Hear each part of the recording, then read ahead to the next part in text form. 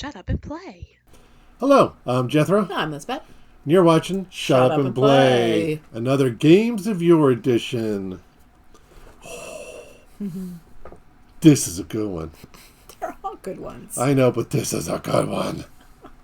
That's right, boys and girls, we're talking Starship Troopers. Starship Troopers. This game is based on Robert Heinlein's book of the same name, which is a fantastic, wonderful book, which I have read dozens and dozens of times. My copy is very worn out, and I love this book.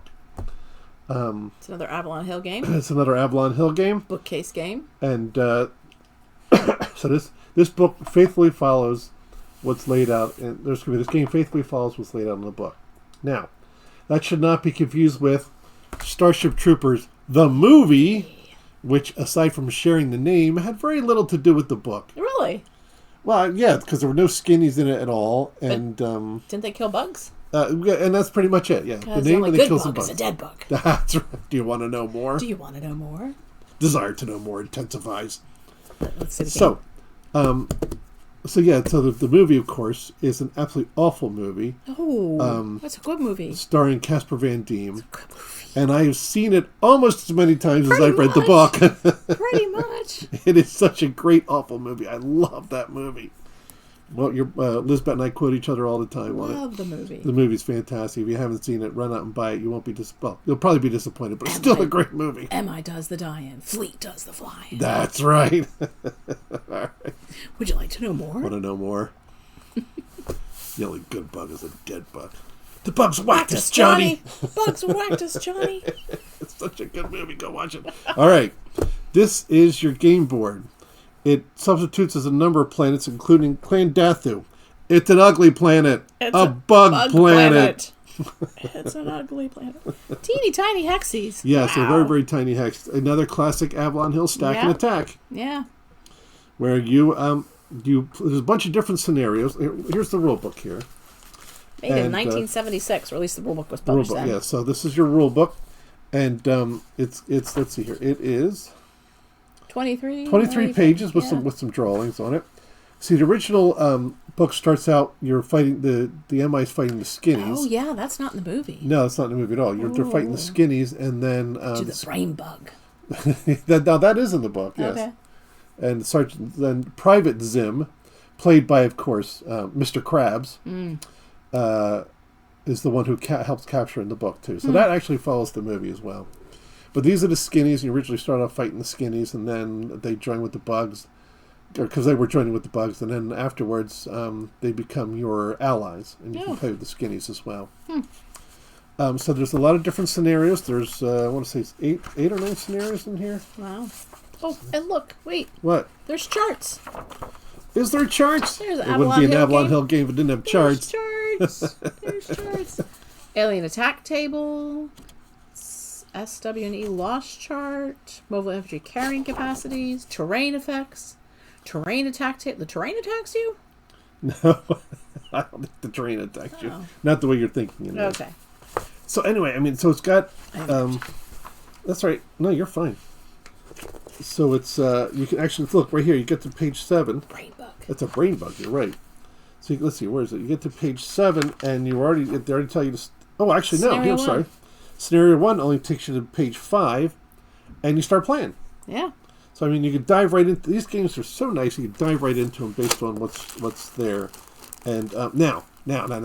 This is what's cool about this game. You ready for this? This is very interesting. See this? See how this looks? Yeah. Exactly like the board game? Yeah, it does. There's a reason for that. Because the player playing the bugs... The player playing the humans plays on the top here. Okay. The player playing the bugs... Do they play underneath? They play underneath because the bugs are underground. They are so they draw their bases and they draw their tunnels and they do all that stuff on here. So that when something happens, the bugs come pouring out. You don't know that as the human or Terran people. You don't know where the bugs are going to pop out at. So this is actually a very clever way of doing things. And they give you a lot of them. And of course, there's stuff written on the back because it wouldn't be an Avalon Hill game if there wasn't.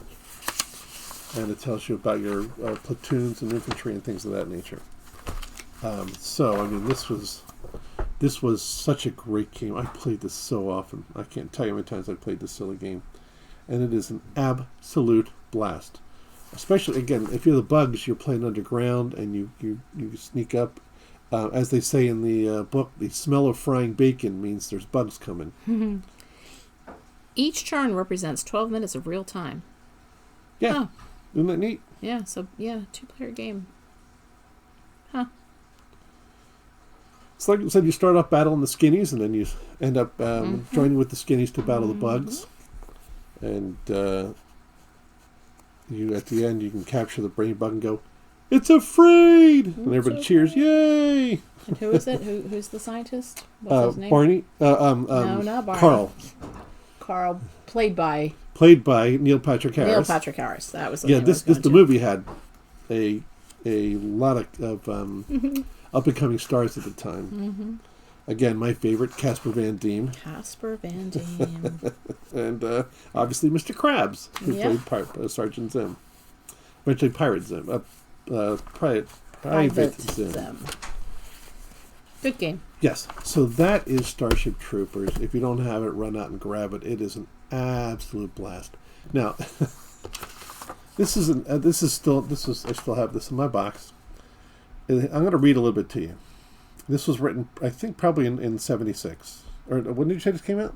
96, this 86? is 76 is what the publishing date is here. This is probably when this came out, and I'll read the blue stuff first.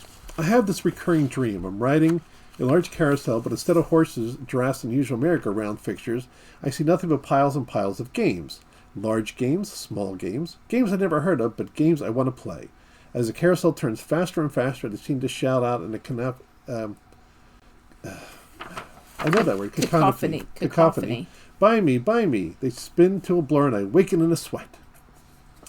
So an obvious interpretation says that there are simply too many games around nowadays. Nowadays. 76. These people would have 25. A conniption if they showed up at PAX Unplugged or Gen Con. So some, what is that, almost 60 years ago? Yeah. There were too many games. Too many games. Which cracks me up. So I just wanted to read that for you because I thought that was hysterical. That was written by... almost 50 years ago. That was 50 years ago. And that was written by... Let's see, what was his name?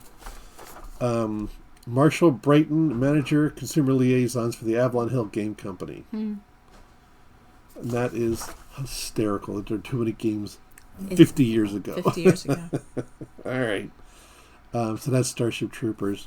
Get it. It's fun. And the bugs underground aspect of the game just makes it just that much more interesting. On that note, I'm Jethro. I'm Lisbeth. Today's a great day to shut up and play a game of yore. Shut up and play.